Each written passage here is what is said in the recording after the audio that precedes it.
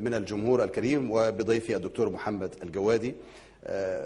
دكتور محمد، ماذا تقول أولا في ذكرى مرور 100 يوم على ربع العدوية؟ ماذا أقول؟ أقول ممكن تتكلم في الميكروفون. لم يكن الإنسان يتصور أن يعيش مثل هذا اليوم، وأن يصل الانحطاط إلى هذا القدر، وأن يصل الوحشية والإجرام والحقد على الإسلام إلى هذه الدرجة. لكن دعنا نبدأ القضية، لأن حضرتك أثرت أسئلة كثيرة. نبدأ بمجموعة حقائق متتالية باختصار شديد مع ضيوفنا الأعزاء.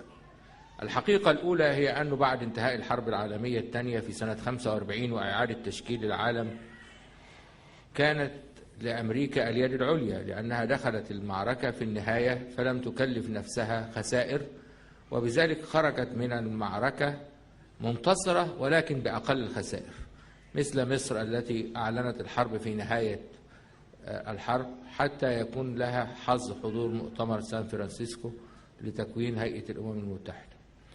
لأنه كانت الفكرة أنه بعد الحرب العالمية الثانية وما حدث فيها من مآسي، أنه يبقى العالم كله كما لو أنه دولة واحدة، ويبقى فيه سيطرة لفكرة الفصل السادس والفصل السابع في ميثاق الأمم المتحدة اللي بتعاقب من يستخدم العنف ضد شعبه، اللي إن شاء الله ربنا سبحانه وتعالى يمد في عمرنا ونشوف السيسي والصحفيين المجرمين والنخبة المجرمة وهم يحاكمون أمام هذه المحكمة، وتصدر عليهم أحكام تطبيقا للباب السابع أو الفصل السابع من ميثاق الأمم المتحدة الذي وضع في 45.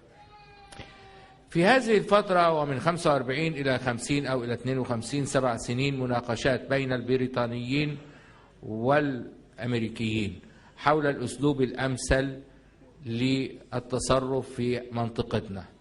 لكن في النهاية البراجماتية يعني النفعية الأمريكية انتصرت لمبدأ أنه العسكر أفضل للمستعمر من الإخوان، العسكر أخف علينا من الإسلام، العسكر هيخلوا البلاد دي تتأخر وهيضعفوا قوتها وهيخلوها تابعة ذليلة، لكن الإخوان هينهضوا بيها. كان فيه بقايا فصائل وطنية في بلاد كثيرة، منها مثلا حزب الوفد في مصر، حزب المؤتمر في الهند، وأمثالهم في بلاد كثيرة، اللي قدروا إنهم يعرقلوه أو يكعبلوه زي ما عملوا مع الوفد، كعبلوه، وبذلك بقى العسكر هم اللي يحكموا. عشان يحكم العسكر وهم لم يتأهلوا في مدارس سياسية، يعني حتى في فرنسا لو العسكري عايز يحكم لازم يروح المدرسة الوطنية للإدارة، يتعلم إدارة الأول ويعرف الورق بيمشي إزاي ويجي إزاي ويتعامل مع الناس إزاي.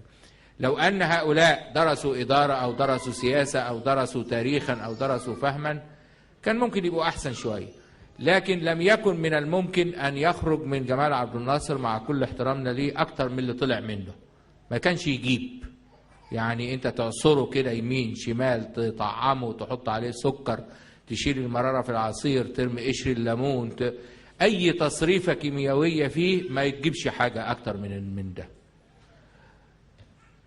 فالنتيجة إنه عندك عبد الناصر وصدام حسين وبشار وأبو حافظ ومعمر وابن الساعدي وهكذا وهكذا في البلاد المختلفة دي، إنه واحد بيستند إلى الدبابة. وإنت عارف طبعا في الماتشات إنه لو واحد معاه هرمونات أو أخذ هرمونات خلاص بيبقى مزور وما ينفعش يخش النتيجة ويستبعد ويعاقب. لكن ليه العسكر كانوا ناجحين في دول تانية؟ يعني زي شارل دي جول في فرنسا كان عسكري. لا لا لا لا، ده قصة تانية خالص. وزي ايزنهاور في أمريكا وروزفلت في أمريكا، قصة الأول والثاني.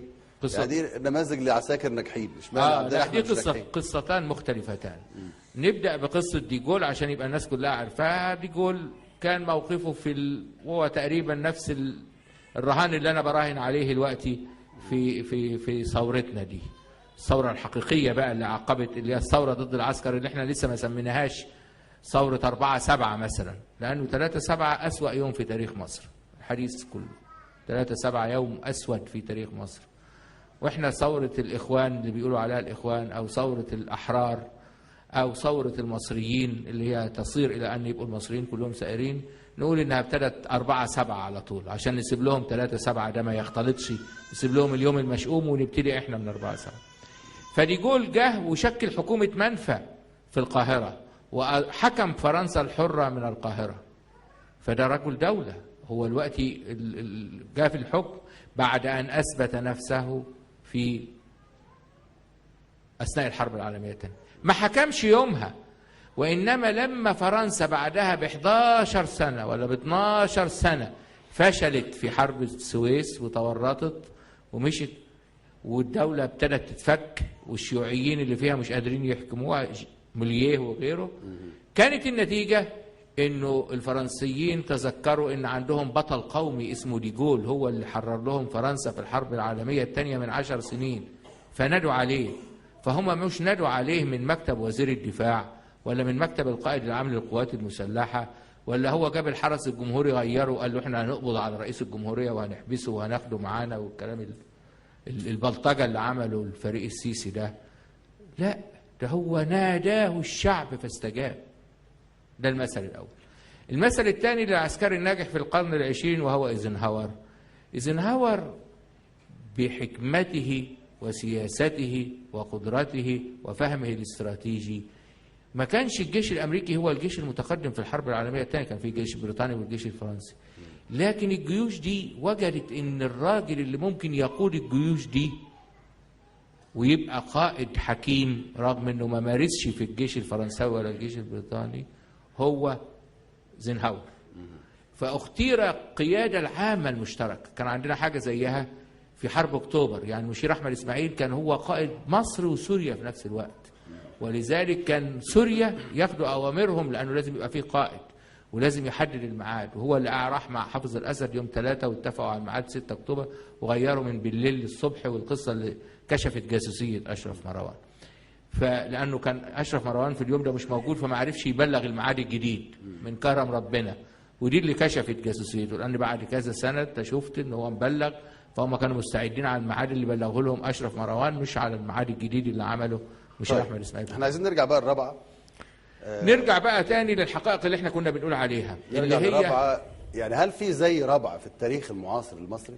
في تاريخ الناصري حصل انه البلد العظيمة اللي هي تنزانيا دي بتتكون من زنجبار ومن بلد تانية افريقي.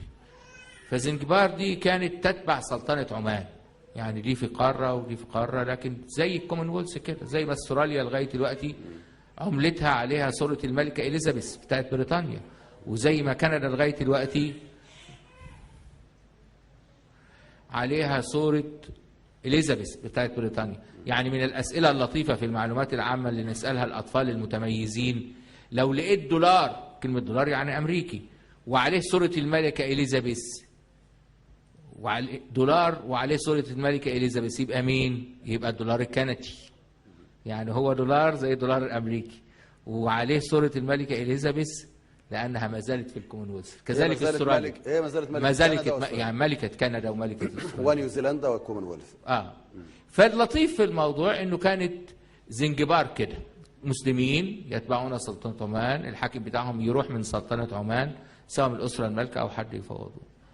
في ظل المد الشيوعي وتحالف عبد الناصر ضد كل ما هو إسلامي، يعني على تاريخ عبد الناصر لم يقف مرة واحدة مع الإسلام، لا في إفريقيا ولا في آسيا ولا في أوروبا ولا في مصر ولا في الصين ولا في الهند ولا في أمريكا ولا في أي مكان في العالم وقف مع الإسلام. أوتوماتيكي لازم يقف ضد الإسلام. أزمة قبرص وتركيا والقبارصة الأتراك يقف مع اليونان ضد تركيا، أي حاجة فيها تركيا يقف ضد تركيا عشان هي رمز الإسلام. هي كانت أيامها علمانية، لكن ده كانت عاصمة الخلافة في وقت من الأوقات، فلازم تتشطب عليها ولازم تتحارب. هو نفس الشعور اللي عندنا، يعني عندنا هم مش ضد تركيا كتركيا ولا كتركيا الحديثة.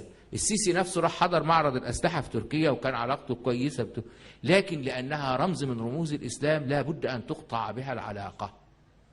مساجد بغداد أغلقت كما أغلقت مساجد القاهرة. طب نرجع لزنجبار بقى. زنجبار في يوم من الأيام في الستينيات عملوا حرب انفصال وقتل فيها 15,000 مسلم، لدرجة أنه كانوا هؤلاء الوثنيون في زنجبار يفتحون يشقون بطون النساء الحوامل ويستخرجوا الطفل منها ويرموه بالحجارة حتى يموت، حتى لا يخرج طفل من ميته فيعيش.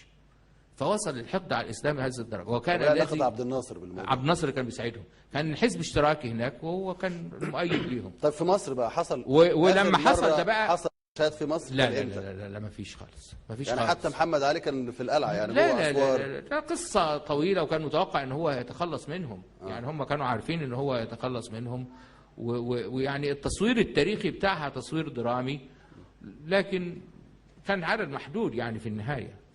وبعدين هم محاربين، يعني انت عارف في الاسلام في احكام الفقه الاسلامي فيه المحارب وغير المحارب، فانت ما بتعاقبش غير المسلم الغير المحارب، ما بتحاربوش. حتى عقوبة الردة لا تطبق على غير المحارب، يعني تطبق على المحارب لكن ما تطبقش على غير المحارب، لأن المحارب زي ما يكون واحد يعني في الخدمة العسكرية. لكن هذا النمط من الإجرام العسكري المصري امتد إلى تحالف اللي مات بسببه عبد الناصر. يمكن النهارده احكي لكم القصه دي اللي ما اتحكتش قبل كده.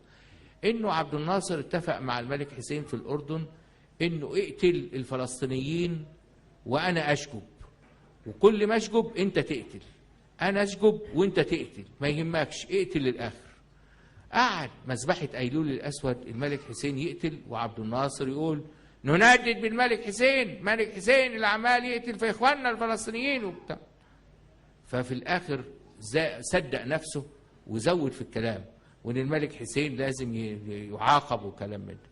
أيامها كان القذافي رئيس جديد بقى له سنة، وكتكوت مفترس بقى، فقال لأدبه جاب سلاح وداخل في مؤتمر القمة، قال يعني إن هو، وما رضيش يسلم السلاح وهو داخل مؤتمر قمة، يعني زي ما كنا أنا جاي داخل عليكم كده وممنوع إن أنا أخش بسلاح.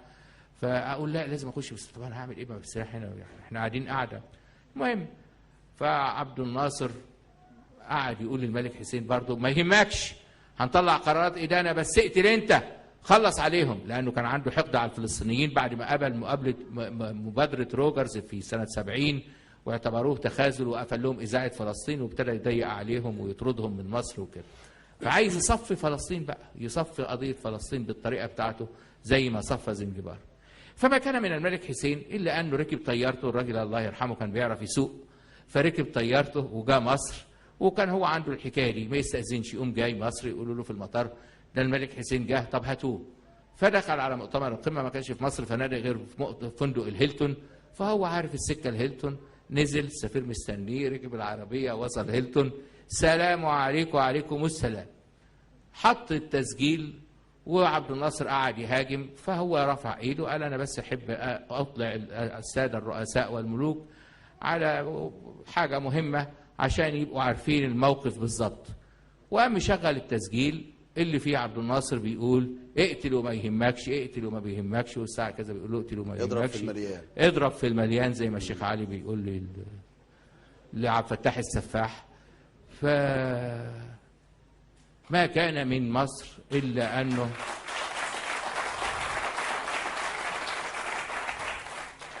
الأجهزة العظيمة قررت تصفية الملك حسين. الملك حسين ما يرجعش سليم. جابوا السم اللي موجود في المخابرات، عندهم سم يموت بعد 5 ساعات، وسم بعد 7، وسم بعد 12، وسم على طول.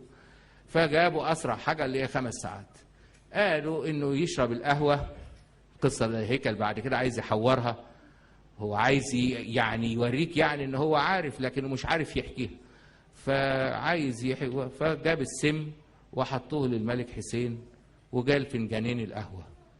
يشاء العليم القدير إن اللي يشرب السم هو الزعيم الخالد مش الملك الشاب.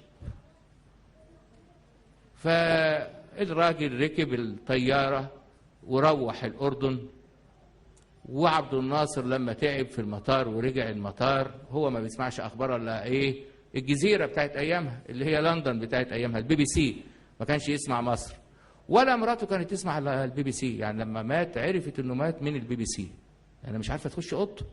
أنتوا عارفين في الأمن والحاجات دي الزوجه ما حدش يقدر يخش، خلاص الامن لا يا ست الساعه نفتح البي بي سي هي اللي هتقول لنا، يعني هو معاها وهو جوزها في نفس، ما عرفتش الا من البي بي سي. فالمهم هو كان الساعه 5 مستني انه يسمع في الساعه 5 وفاه الملك حسين فجائيا، ولا يعرف ان اللي هيموت فجائيا هو نفسه، وانه خلاص ساعته قربت بفضل هذا السم الذي وضع بالخطأ امامه. السم ده اللي قال عليه الاستاذ هيكل انه السادات هو اللي وضعه. لا، هو السادات كان ذكي جدا انه عمل حركه في منتهى الذكاء تدل على ثبات الاعصاب. ما حدش فينا يقدر يتصور انه حد فينا يقدر يعملها. هو عارف ان الموضوع ده هيتقلب، وطبعا السادات الوحيد اللي ما كانش ممكن يحط السم ساعتها لسبب واحد فقط، سبب بروتوكولي، ان لما عبد الناصر بيرأس مؤتمر القمه وبيبقى على المنصه، اللي بيرأس وفد مصر النائب بتاعه اللي هو انور السادات. لما عبد الناصر يخرج يقعد مع حد، اللي بيرأس المساله هو السادات، فما ينفعش يروح معاه في الحته اللي هيشرب فيها القهوه، سبب بروتوكولي بحت، يعني زي ما يكون انت. فهو بس هيكل يعني مع السن يلخبط كده ويلوش كده وخلاص وشغل. فعمل ايه بقى الراجل السادات بقى فيما يقال، يعني اللي فات ده كله مظبوط، اللي فات ده كله مؤكد، يعني ما فيهوش هزار. القصه الجايه دي فيها ظلال. طب احنا يعني اسمح لنا نسمع القصه اللي جايه دي بقى، بس بعد هذا التقرير عن الفنان محمد الديب الذي اصبح احد ضحايا مذبحه ابو زعبل. بشكرك جدا الدكتور محمد الجوادي، شكرا جزيلا لك.